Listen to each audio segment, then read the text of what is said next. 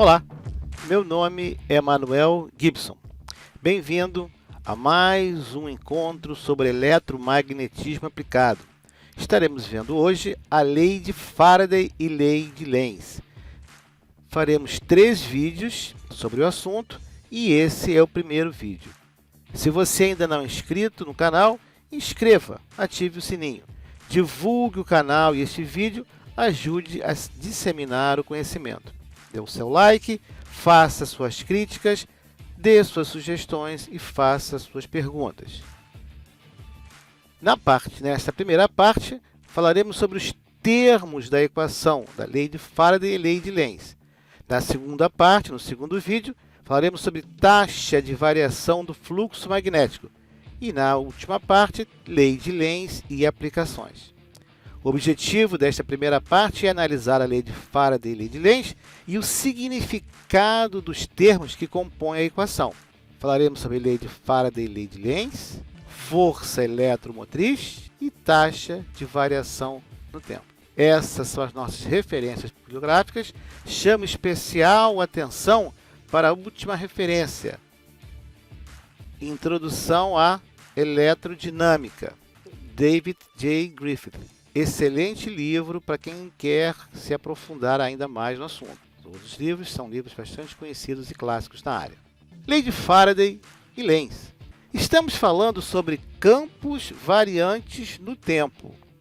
Os campos magnéticos e os campos elétricos considerados não são estáticos. Eles variam ao longo do tempo. Como essa variação no tempo pode ser senoidal, que é o mais usual, mais comum na engenharia, ou pode ser por pulsos, por exemplo, fontes chaveadas. A variação senoidal ela é mais fácil de ser trabalhada. Você pode trabalhar direto com o fasor, por exemplo, que é muito mais simples, mas não se preocupe com sinais pulsados. Graças à série de Fourier, podemos expandir sinais periódicos repetitivos em uma série, um somatório de senos e cossenos. Problema resolvido. Campos variantes no tempo, estamos falando de lei de Faraday e lei de Lenz, que vai ser aplicada a geradores, motores, transformadores e alto-falantes. Motor que tem que ter força, torque, força entre condutores e raios catódicos, precisamos de uma segunda lei, que é a equação da força de Lorentz. Aí está a equação de força de Lorentz. Você provavelmente já estudou essa equação na escola técnica ou na faculdade, certamente no ensino médio. Só que no ensino médio, o vetor força, carga, vetor indução e produto vetorial e a velocidade eram colocados de tal maneira que ficava numa forma um pouco mais simples, famoso bio seno de θ. Essa é a lei de Faraday e Lenz. Onde está a lei de Lenz? No sinal. Como pode um sinal ser tão importante que vira uma lei? Estamos considerando apenas uma espira na lei de Faraday. E o que o Faraday descobriu? Entre outras coisas, que um campo magnético variante no tempo induz um campo elétrico. Se tivermos uma espira, uma bobina, submetida a um campo magnético e houver um movimento relativo entre essa bobina e esse campo magnético, será induzida uma tensão, uma força eletromotriz. Os elétrons vão ser empurrados, vão se deslocar no condutor. E isso é corrente. Essa pequena, mas muito importante modificação na lei de Faraday. Vamos colocar a letra N. Esse N é o número de espiras da bobina.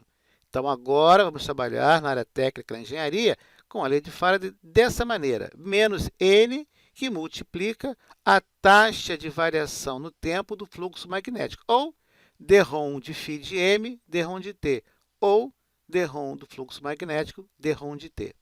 Onde F é m, a força eletromotriz em volt, N, número de espiras da bobina, φm é o fluxo magnético em Weber, dρ de t é taxa de variação no tempo por segundo. Então, temos a lei de Faraday e Lenz e os parâmetros da equação. Mas, afinal, o que é a força eletromotriz? É tudo menos força. A força eletromotriz vai ser induzida em um circuito fechado. Condutor, precisamos ter um condutor. É expressa em volts.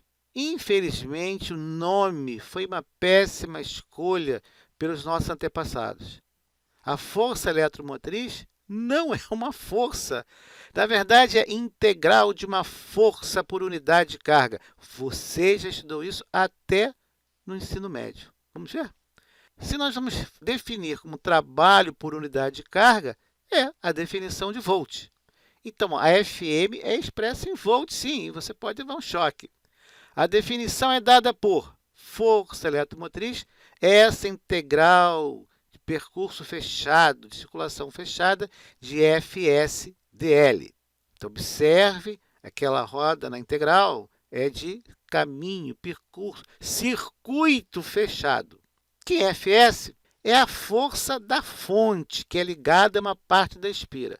É essa força que vai impulsionar a corrente, os elétrons do circuito. Você já estudou Fs na forma de E, vetor campo elétrico, que, por coincidência, também é expresso em Newton por Coulomb, força por unidade de carga, ou volt por metro, diferença de potencial por unidade de comprimento.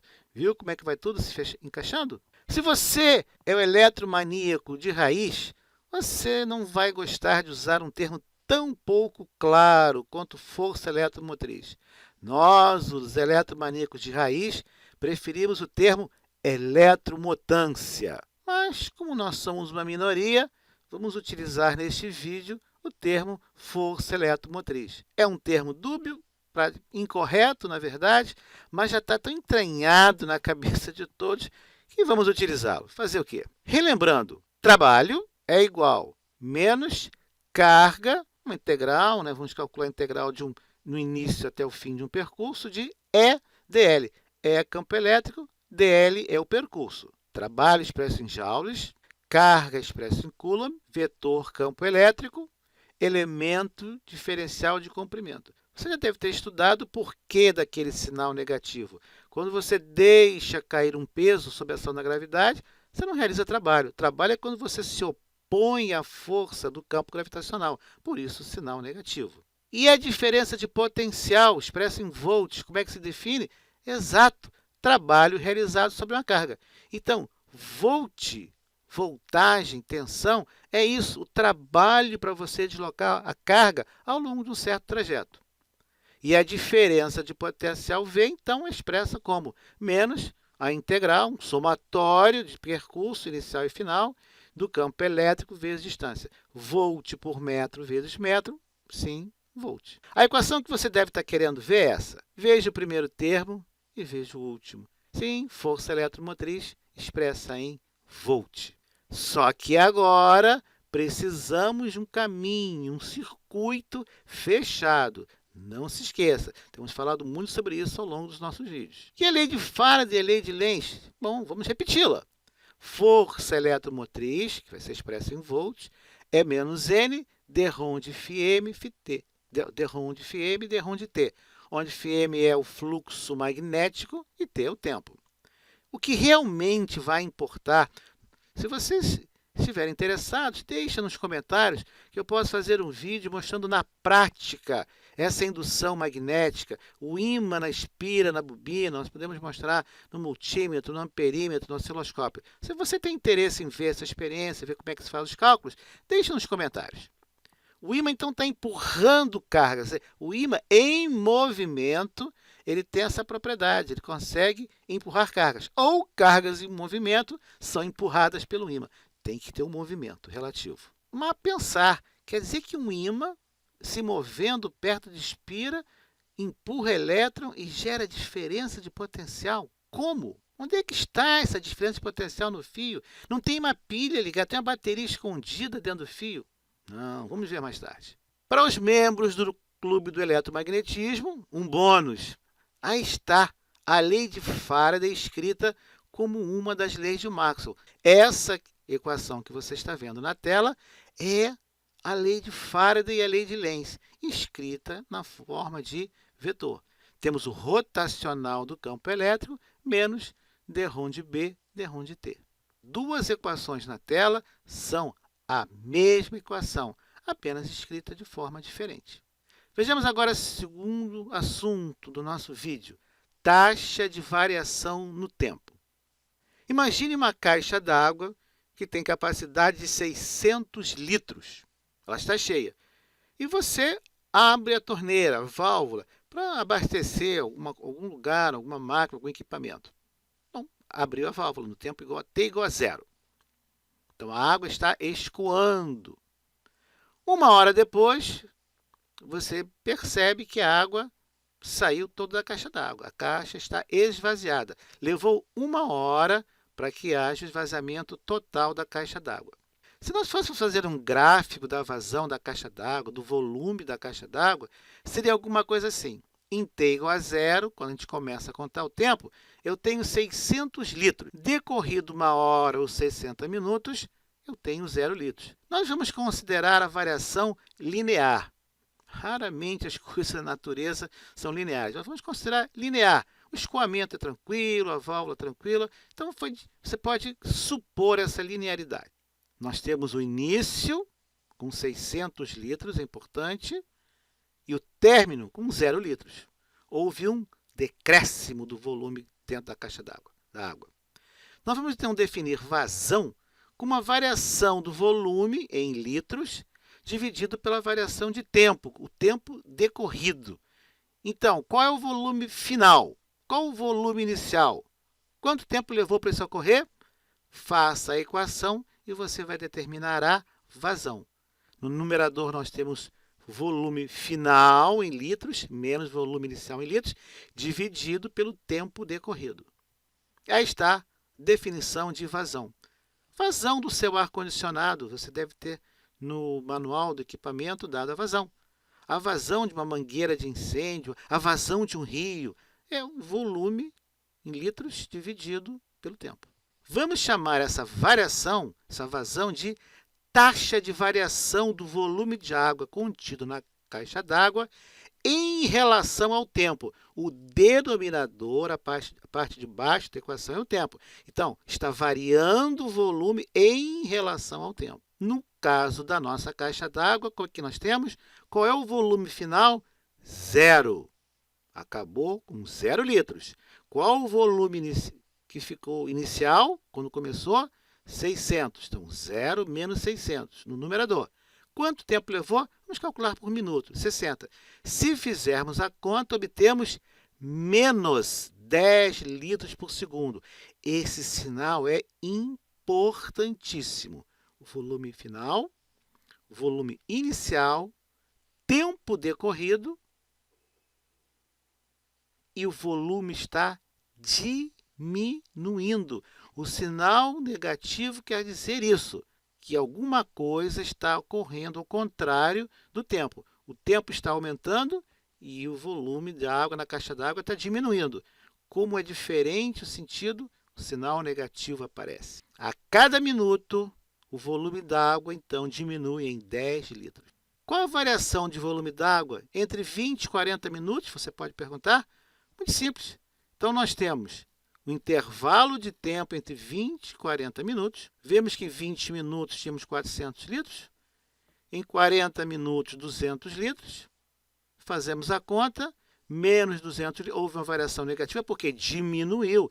O volume inicial era 400 e o volume final 200. Diminuiu o volume de água. Novamente, fazendo a conta, menos 10 litros por minuto. É linear. Agora vamos fazer o segundo caso. Temos uma caixa d'água vazia, uma torneira, algum dispositivo começa a encher essa caixa d'água de água, e 1 hora depois nós temos a caixa d'água cheia com 600 litros. Então, agora, nós começamos com a caixa d'água vazia e terminamos com ela cheia, com 600 litros. Se nós fizermos o gráfico, supondo a linearidade mais uma vez, aí está. Começamos com 0, vazia, e aos 60 minutos temos a caixa d'água cheia com 600 litros. Qual é a variação da caixa d'água entre 20 e 40 minutos? Se você fizer a conta agora, quando você estava com 20 minutos, tinha 200. Aos 40 minutos, 400. Aumentou. Nesse caso, a taxa, a vazão é de mais 10 litros por minuto. Essa variação com o tempo é positiva. conforme o tempo vai passando, conforme o tempo vai aumentando, também aumenta o volume de água na caixa. Logo, a variação ou a taxa de variação é positiva. Taxa ou variação negativa com o tempo. Diminui. O tempo aumenta e o que é a variável que a gente está analisando diminui. Alguma coisa está diminuindo. No nosso caso, menos 10 litros por minuto. Quando a taxa ou variação é positiva, está aumentando. O tempo vai aumentando e a variável que a gente está observando também vai aumentando. Nesse caso aí, mais 10 litros por minuto. Veja a importância do sinal. Uma caixa esvazia e a outra enche. Então, nós temos d-ROM de x, d-ROM de t maior que zero. Veja a linguagem matemática como é concisa. d-ROM de t é a taxa de variação no tempo. Quando essa taxa é maior do que zero, a variável x aumenta com o tempo, taxa positiva. Quando temos d-ROM de x, d-ROM de t menor do que zero, a variável x diminui com o tempo, a taxa é negativa. Quando é igual a zero, não varia com o tempo, é constante. Maior que zero, aí temos o nosso gráfico. Veja, variável aumentando com o tempo, taxa positiva, d-ROM de x, d-ROM de t maior do que zero. d-ROM de x, d-ROM de t menor que zero, diminui com o tempo, taxa negativa. Quando é igual a zero, é constante. E quando é o fluxo magnético, é exatamente a mesma coisa. Quando a derivada em relação ao tempo, quando a taxa de variação em relação ao tempo de φm é maior do que zero, o fluxo está subindo. Por exemplo, ele começa em zero e vai até 600 mV em 60 milissegundos. O fluxo magnético aumenta com o tempo, a taxa é positiva. Se d-ROM de φm, d-ROM de t é menor do que zero, então eu começo com 600 e acabo com zero. O fluxo magnético diminui com o tempo, a taxa é negativa. E quando o fluxo não varia, o fluxo é constante. Não há força eletromagnética induzida, força eletromotriz induzida. Lembra, eu tenho que ter um d-ROM de φ, d-ROM de t diferente de zero. Quando for igual a zero, magnetostática. O que significa, afinal, esse sinal negativo da lei de Lenz? Porque nós falamos até agora de d-ROM de φ de m e d-ROM de t, taxa de variação do fluxo magnético com o tempo. Significa que a força eletromotriz induzida vai se opor à variação do fluxo magnético. Como que ela vai se opor? Nós vamos ver mais à frente. A nossa pergunta agora é, afinal, o que significa, como aplicamos e qual é a interpretação física de menos d-ROM de φ de m, d-ROM de t. Se você gostou desse vídeo, dê o seu like. E se você está querendo saber a resposta, assista o próximo vídeo. Se inscreva no canal, se você ainda não é inscrito. Você pode assistir outros vídeos de circuito magnético mostrados na imagem, falando sobre circuitos de corrente contínua. Agora estamos tendo variação no tempo. Dê o seu like, se inscreva, ative o sininho, bons estudos e até a próxima.